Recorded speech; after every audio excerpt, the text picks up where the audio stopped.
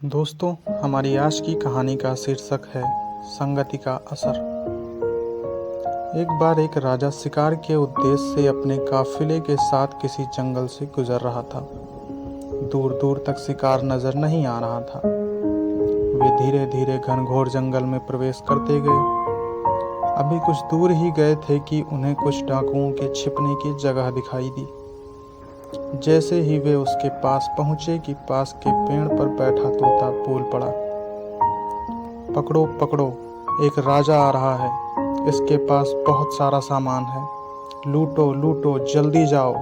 तोते की आवाज़ सुनकर सभी डाकू राजा की ओर दौड़ पड़े। डाकुओं को अपनी ओर आते देखकर राजा और उसके सैनिक दौड़कर भाग खड़े हुए। भागते भागते कोसों दूर निकल गए। सामने एक बड़ा सा पेड़ दिखाई दिया। कुछ देर सुस्ताने के लिए उस पेड़ के पास चले गए। जैसे ही पेड़ के पास पहुंचे कि उस पेड़ पर बैठा तोता बोल पड़ा, आओ राजन, हमारे साधु महात्मा की कुटी में आपका स्वागत है। अंदर आइए, पानी पीजिए और विश्राम कर लीजिए।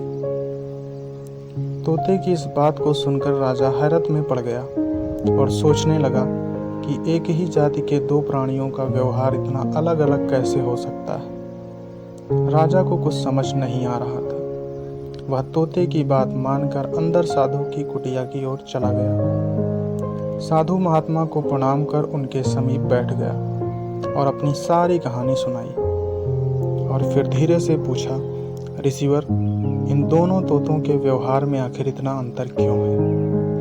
साधु महात्मा धैर्य से सारी बातें सुनी और बोले, ये कुछ नहीं राजन, बस संगति का असर है। डाकुओं के साथ रहकर तोता भी डाकुओं की तरह व्यवहार करने लगा है और उनकी ही भाषा बोलने लगा है।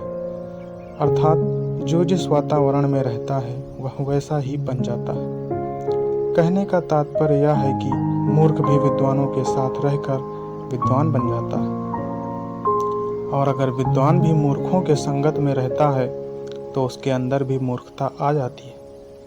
इसलिए हमें संगति सोच समझकर करनी चाहिए। तो दोस्तों, इस छोटी सी कहानी से आपने क्या सीखा, हमें कमेंट में ज़रूर बताएं और चैनल को सब्सक्राइब करना ना भूलें। धन्यवाद।